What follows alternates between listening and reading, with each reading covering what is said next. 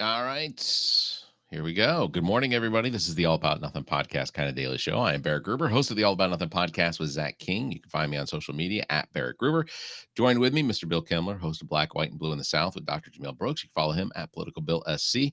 We are recording and going live every Tuesday and Thursday at 5:30 Eastern, which is my fault. Barrett, that delivery was flawless. You don't get enough credit for when you can actually go through a printed copy without making a flub. I'm going to give you credit. That was good. Good delivery. That's because I give myself I take away all my credit when I flub them. When I mess it up real good is when I bring the most attention to it. So, how are you? How was your weekend? I'm super fantastic. The weekend was nuts. I went to something for the first time in my life, a little thing called Banana Ball. Yeah. Went and saw the Savannah Bananas up at Death Valley in Clemson, and yeah, it was something. 80,000 people. That thing sold out. 80,000. That was more full than I have. Well, I mean, Clemson fills up every game anyway, but like to see that many people on a Saturday evening in April is weird. But I turned it on. I watched you guys on ESPN. I kept it was looking televised. For you. Oh yeah. Oh, I didn't know that. Did you see me? I did look. I was the guy sitting there reading my book. No, stop. I'll be honest with you. This is not my thing. Look, it is. They tried. They put on a good show. I have to give them credit, but it's just nonstop party music for 4 or 5 hours straight, even while the game is being played. And it's not a real game, of course. You know, they got a guy on stilts who walks up to bat. They got shirtless men in the outfield doing backflips. I mean, if you're looking for an all-male review, I guess that could have been your thing. Yeah. But it wasn't my thing. It was okay. The kids loved it, I suppose. I think my wife loved it more than anything. It was really her thing. I have seen the Savannah Bananas play regular collegiate baseball. I think we've talked about this. Oh, really? Okay. Yeah, because they are part of so their actual collegiate team, which basically collegiate team means that during the summer there are players after they have I guess they're done with school for the semester. There are baseball players who didn't get drafted or maybe did get drafted but intend on returning to college. They will play in some of these collegiate leagues, and the Coastal Carolina Plains League is a league that contains the Lexington Blowfish. The Lexington Blowfish is owned by a guy named Bill Shanahan. He used to own the Columbia Bombers that then moved to Greenville, or he was a part ownership of that team. So he and these other teams around, Columbia and North Carolina and down into Georgia, Savannah Bananas just happens to be one of those teams that plays in that Coastal Carolina Plains League. But the owner or the guy that owns the Bananas, basically they were losing money hand over fist, and he came up with this idea to get something more entertaining that would keep people in the stands, would keep people buying, drinks and food. And it's been unbelievably successful. ESPN's going to air 10 of their games this season. And I knew that I was not in for a serious game when, the team they were playing was a team called the Party Animals. Yeah. Yeah. All right. So it was the Bananas versus Party Animals, and they were all doing like the Rockettes kick dance on the sidelines. And I'm like, okay, this isn't going to be a real competitive game. Well, it was interesting. They converted the football stadium to a baseball field, but there's only so much they can do because it is a perfectly rectangular field. So they can't convert it to a legitimate baseball field. So left field was like 3 feet long, right? Very short porch. So homers were being knocked out of the park in left field, and right field was about a half a mile. Yeah. So it was really funny to watch just how they tried to convert it, and they played a full 9 innings. Yeah. I don't understand the points system to it because they have runs and they have points. Well, the runs don't count. Basically, you're looking to win the inning. Okay. And if you win that inning, you get a point. and then I they tally up the see. points at the end of the game. So you could, win an inning 100-0. That's just 1 point. Okay. So the points are the only thing that counts. Okay. All right. Yeah. Well, that you know what? That makes it considerably easier. And I guess if you have more winning innings at the end of the game, then you're the winner. Yeah. So I Even think if you have there were these goofy rules that they had, like if you walk a batter, the batter can run and take as many bases as he can get, but the other team has to touch, like every player of the other team has to touch the ball. And then as far as you've got, by the time that every member of the team, including the outfield, have touched the ball, that's where you get with your walk. And so there's like a race between a walked batter and the rest of the team throwing the ball like crazy, running around. That's fun. The challenge rules were fun. If somebody wanted to challenge an ump's call, each of the coaches has a certain number of challenges, but they also pick a member of the audience and suit them up to be able to do a fan challenge at some point. And they shoot a rocket of glitter, that shoots those colored smoke in the air and glitter or something to let the people know that there's been a fan challenge. Yeah. All right, so that's cute. So there are other things like that that I thought were fun. Oh, they also keep track of, on the scoreboard, they keep track of trick plays. So each team is, I don't know how it measures into a win or loss, but each team is tracking how many tricks they perform. Like you catch a fly ball while doing a backflip, or you catch a ball between your legs and you throw a guy out backhanded. Like those are all trick plays. And the Bananas had some pretty impressive trick plays. Explain, if you can, the foul ball catch by the fans, because if a fan doesn't bobble, if a fan catches the foul ball, then the batter's out. The batter's out without now, if it bobbling. bounces or hits anything, anything like that touches the ground, it doesn't count. You have to have a clean catch. And then the batter is out. See, that also, it seems very interesting. Like you're getting the fans involved in that, I guess. I saw a video yesterday. Oh, I should have shared it with you, Barrett, knowing you're a baseball fan.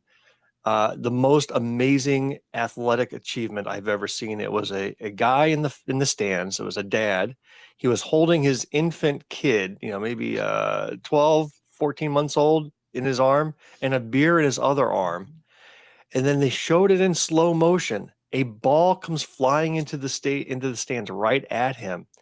He drops the kid, still holds on to the beer, grabs the ball with his bare hand, and then is able to scoop up the kid before the kid hit the ground. And not spill the beer. He has everything. He has the ball, the kid, the beer, and not a drop was spilled. Yeah. And it was the most amazing athletic achievement I have ever seen. I'd put him up against any Olympic athlete, the Saquon Barkley backwards hurdle when he ran that thing was nothing compared to what this guy did. Yeah. It was incredible. I've seen that clip. That was really good. When you say he drops his baby, he lets go of this child.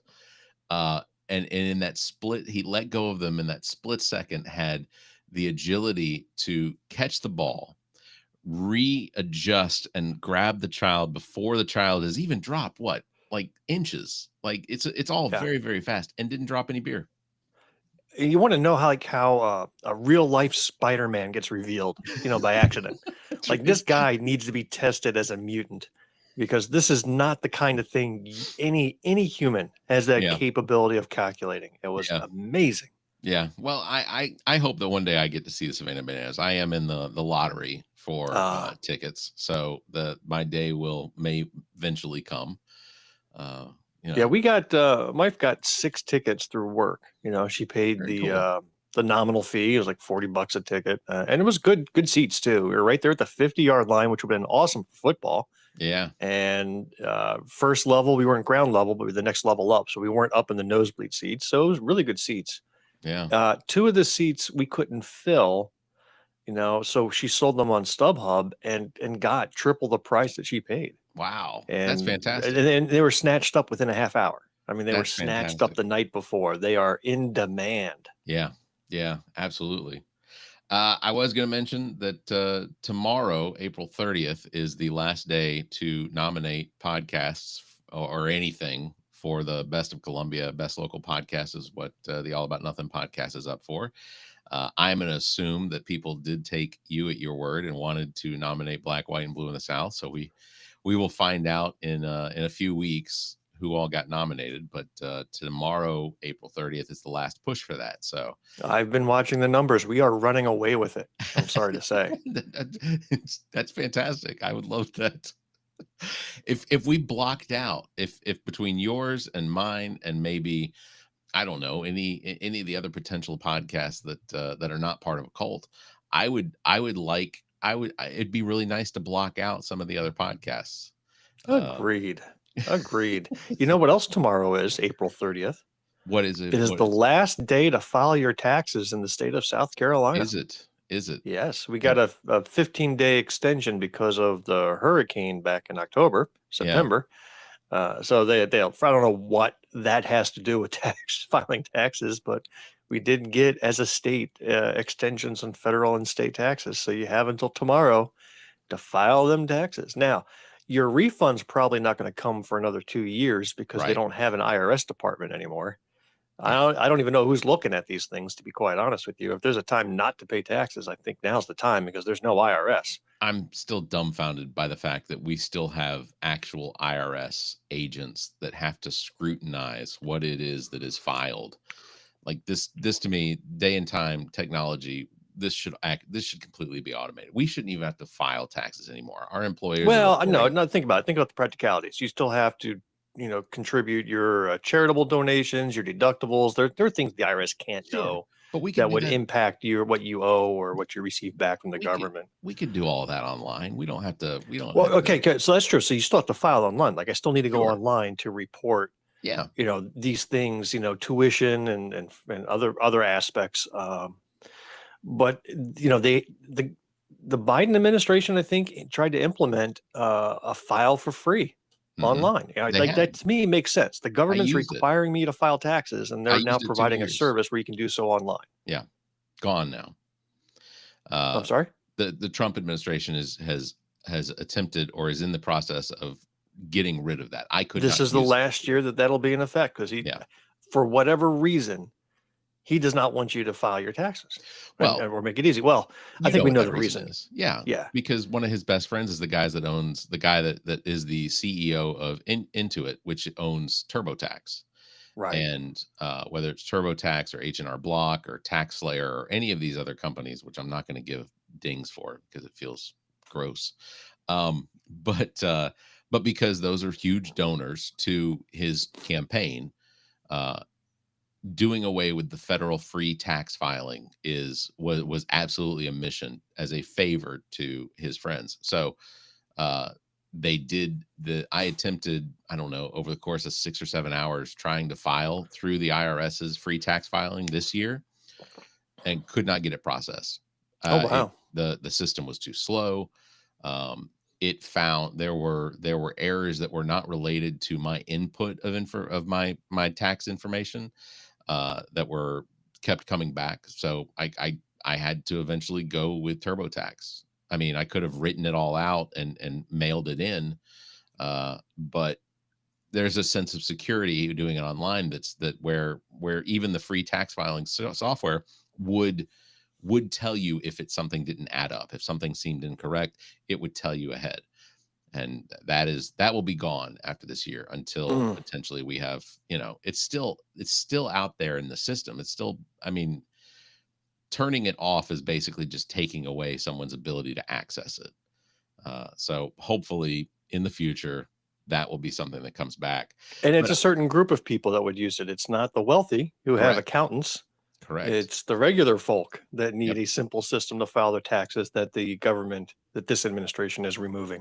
Yeah, absolutely. I also, Robert Kennedy Jr., the Secretary of Health and Human Services, did hold a press conference back on. Yeah, I sent you a clip of that press conference. Don't you remember? Did you? You might have. Remember that scene from Dune? Oh, that's right. I having two children that are on the spectrum, his whole take on autism really, really pisses me off. Ooh. And knowing so many parents of children that have autism, that have potentially never been diagnosed, but recognizing what my children, their behaviors and their responses to just regular, situations and things like that, and how their mind seems to operate off of responding to those situations. um I I think that this is autism is something that absolutely needs to be studied, but we're not even studying it. This is basically just throwing anyone who potentially is been diagnosed or that has the characteristic traits of it, that this is basically just going to cause more harm to a growing number of people. And I don't think there's anything environmental about autism. I think that this is the situation that we've been in for decades. Could it potentially be that there's something environmental? Maybe, but without studying, without allowing for the CDC to and universities to actually have money invested into researching what could potentially be going on and finding similar traits. Well, good thing the government is funding this research at record rates. I mean, that's just Yeah. no, it's not happening. No. No, I was most disturbed at what he said about the fact that, let's see, Kennedy, he said that many autistic children were fully functional and regressed into autism when they were 2 years old. So he apparently believes, of some reason, that autism sets in at 2 years old. He said these kids will never pay taxes.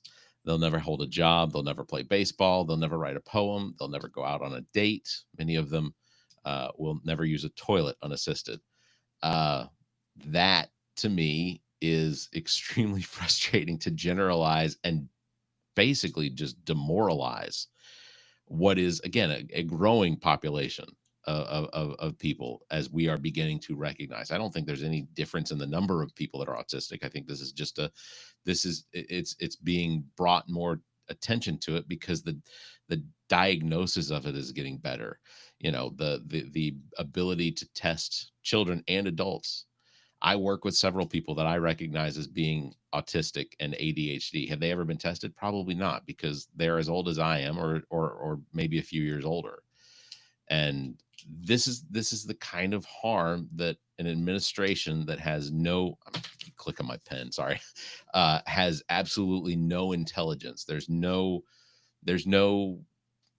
ability to think rationally about anything. Everything is whatever it's going to be to get the most attention. Is Donald Trump I tell selling? you what I miss. I miss the days when I was growing up, 80s, early 90s, where if you were a government official, let's say, I'll pick one at random, the Secretary of Education for the country, and you get up on stage and you start talking about how they're incorporating A1 into all of the schools and how wonderful A1 is, you wouldn't have a job that afternoon, Yeah. right? By the time you left the stage, you would be out of a job. And today, that type of idiocy is celebrated and rewarded. And I I want to go back to where we were great, because this ain't great. This is We shit.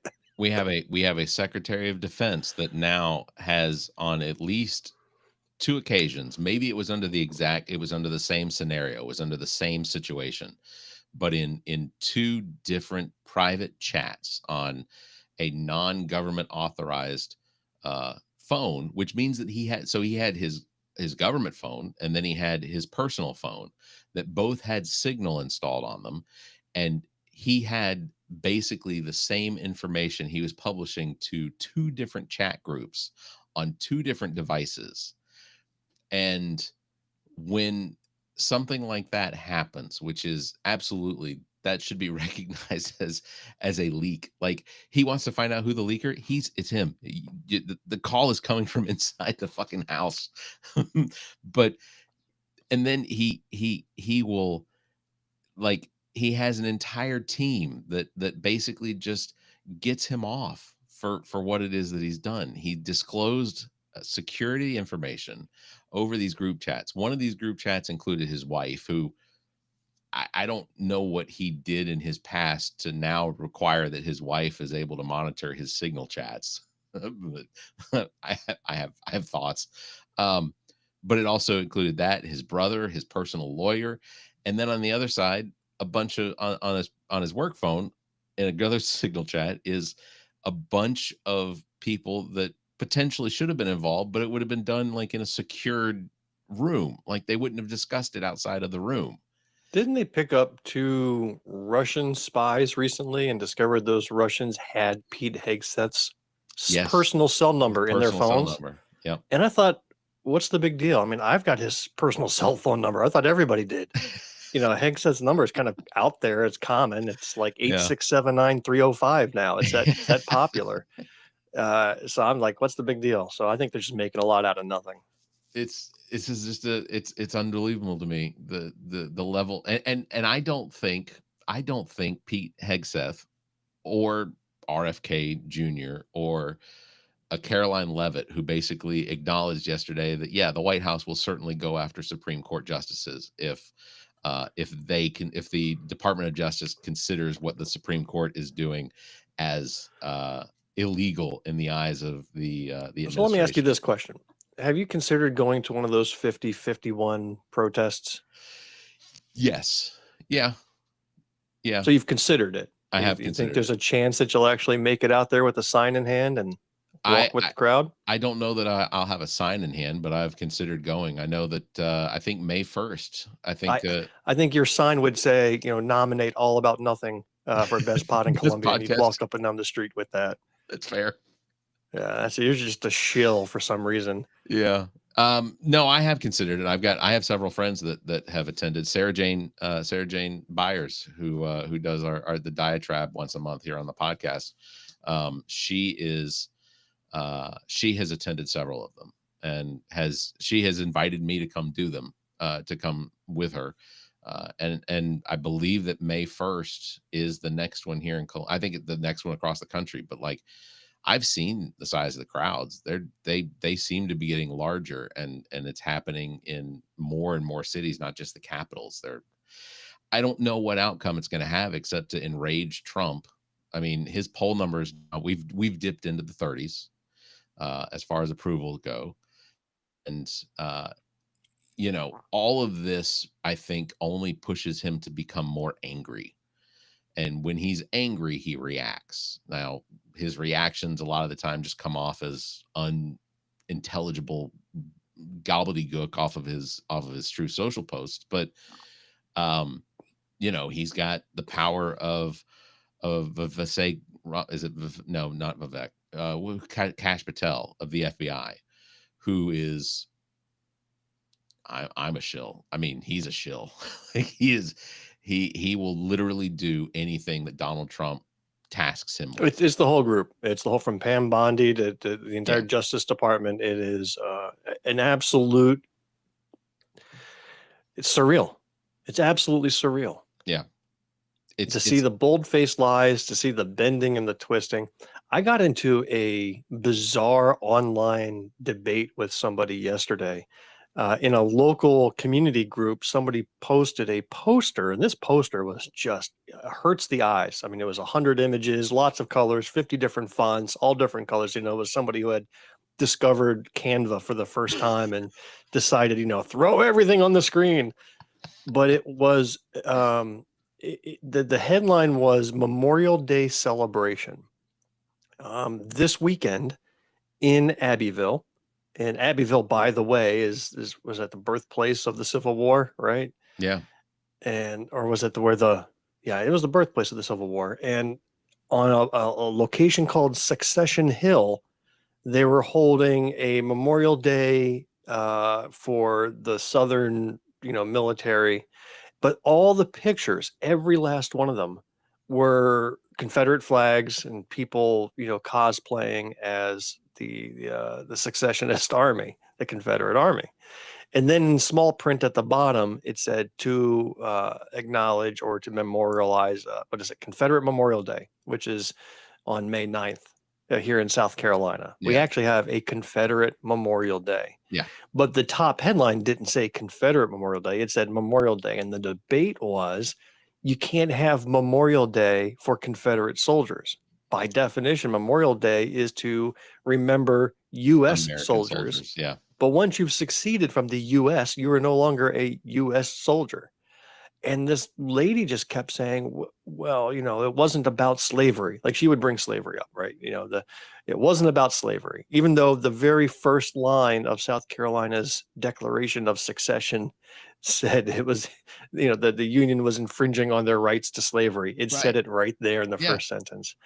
Anyhow, it was a very bizarre conversation. She was bringing up Vietnam. Like, would I not salute a Vietnam War veteran because they were in Vietnam when they fought?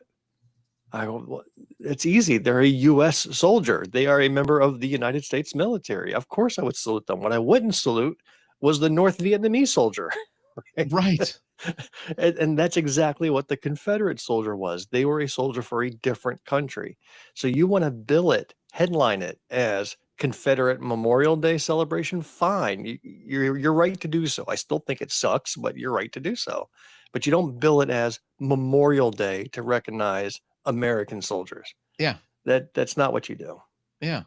And that argument that the Confederacy had nothing to do with slavery, that slavery was not the foundation of why the Confederacy was created, or that the Southern states after their succession created or founded but it was literally called the Cornerstone Speech, and it was given by then Vice President Stevens, and literally it was the slavery was the cornerstone of the Confederacy.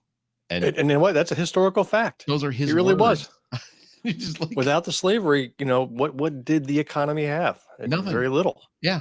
I mean, we had a state house rep here in South Carolina pre-file a bill looking for funding for a monument. I kid you not, this is for real. They wanted to recognize the Black soldiers who fought for the Confederacy. And they feel like it is being hidden from the history books, that they're not being honored for their sacrifice. And he wanted to build a monument in South Carolina in their memory. And just the out of touchness of this state house rep, they volunteered because they loved being slaves, and they loved their masters, and therefore they went and willingly fought. Such a ludicrous concept, but there he is. He wants a monument to them. But that goes along with some of the textbooks that are being printed and now distributed, like in places like in Florida, where or what's the curriculum program that the state of South Carolina is going to start using? PragerU. Yes, PragerU. PragerU has videos for elementary age school children that involve Christopher Columbus. Oh my God, Christopher Columbus. Also, Columbus Day apparently is back. Like, I didn't know Columbus Day had gone away. I know that some like my company doesn't recognize Columbus Day. We recognize it as Indigenous Peoples Day.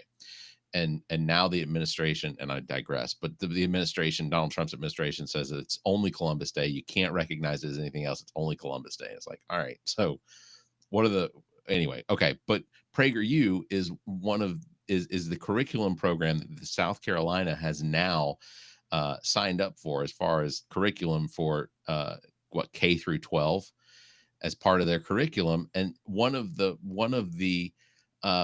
things that was printed in a textbook under PragerU that Florida apparently is already using, and I think that's true, is that the slaves appreciate that African Americans that were here, that blacks that were here, appreciated the fact that they were part of this. Oh, they learned valuable skills. Yeah. It was good for them.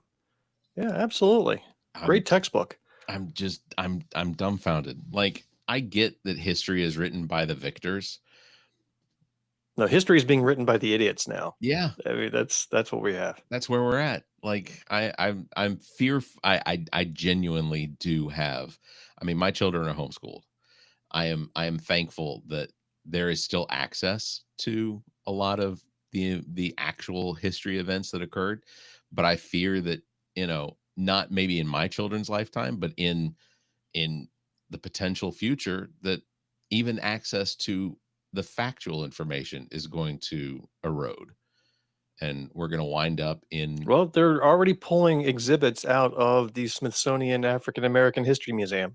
They're pulling, like, the famous counter protest Yeah. The actual counter was there, and they removed it.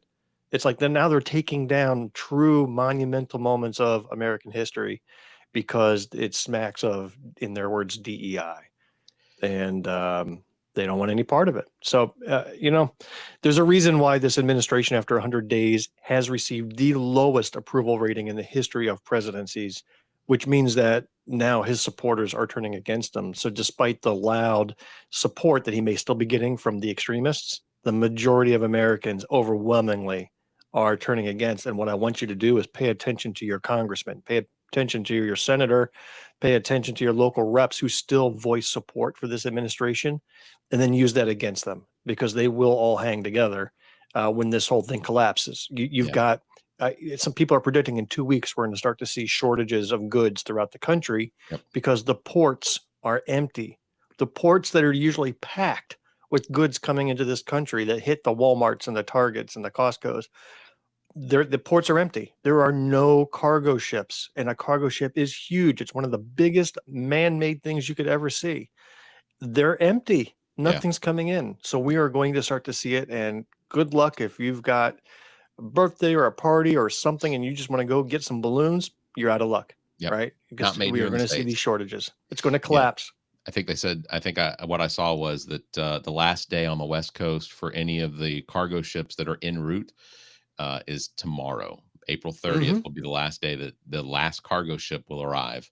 And apparently even like the truckers across the country are already saying that they are seeing a drastic decrease in the number of port workers, dock workers. Yes. There's nothing to unload. You can say whatever you want in interviews and in press conferences, but the reality on the ground that people are experiencing, regardless of who you voted for, the reality, you can't run away or hide from it. Yeah. You just can't. Yeah.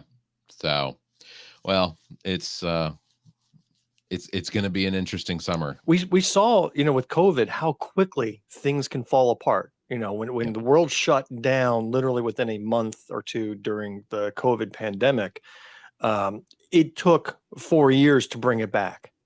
And we're going to be seeing this exact same thing where he's shutting the world down, and it's easy to collapse an economy. And then he's going to spend the rest of his term attempting to bring it back. And every little increase he's going to claim credit for, like, hey, I brought the stock market down 6,000 points, but today we went up 700 points. Yay. They'll call that a victory, yet ignoring the fact that he brought it down 6,000 to begin with. You're going to see some propaganda like you've never seen before. Well, you can't break it you can't fix it if it ain't broken. Yeah, right. So why not break it first, then make it look like, ultimately that's been his gameplay for the last, how old is he? 78. So he'll be 79 in June. That's essentially what he's done all his life. NBC was fine, and then he broke it with Celebrity Apprentice, I guess. I don't know. Any appearance he'd go on to talk about Celebrity Apprentice, he'd drag his daughter along, and it'd be a fine interview. It'd be going just fine. And then he had to make some weird sexual comment about his own daughter. And then he had to, which has me really worried for my favorite football team, the Eagles, who were at the White House. Are they attending? I saw Jalen Hurts attended, would not comment. They did attend. They're there. Yeah. I mean, not everybody. It was, every individual got to make up their own mind. Yeah. But so now I feel like the Trump curse is going to be touching my football team, and they'll probably have a losing season next year. So mark my words. I think the Trump curse, the JD Vance curse, is real. He's basically an assassin right now. You send him to enemies you want to see gone. You send Vance. I'm worried. Hey, this was the fastest half hour of my day. I love chatting with you. This goes by so fast. I had to look at the clock. I was like, hey, it's 6 o'clock already. 6:05. The rest of my day is going to be excruciating. That's for sure. All right, that's going to wrap it up. Big thanks for tuning in. Don't forget, you can follow me at Barrett Gruber and Bill at politicalbillsc everywhere across social media. You can catch us live every Tuesday and Thursday at 5:30 a.m. Eastern. It's what we do, and as Bill has stated earlier, it's my fault. It is. And I concede there are a lot of things that are my fault, and I will. Every Tuesday, Thursday morning around 4:50 a.m., I utter a curse in the name of Barrett Gruber. There are some curse words that fly your way. I don't know if you feel it, But when 5:30 hits, all is forgiven and coffee hits and everybody's fine. But 4:50, you're not in my favor at that point. Whether or not I feel it is yes, I do. I have being not from this planet. ESP is one of the things that I can attest that Next Thursday morning, I'll be wishing for a Band-Aid on the other side of your forehead too. I'm wishing your entire forehead's covered with Band-Aids. That's what I'll be wishing at 4:50 a.m. Fair enough. All right. Well, until next time, you all stay safe, be kind, and keep your hands to yourself.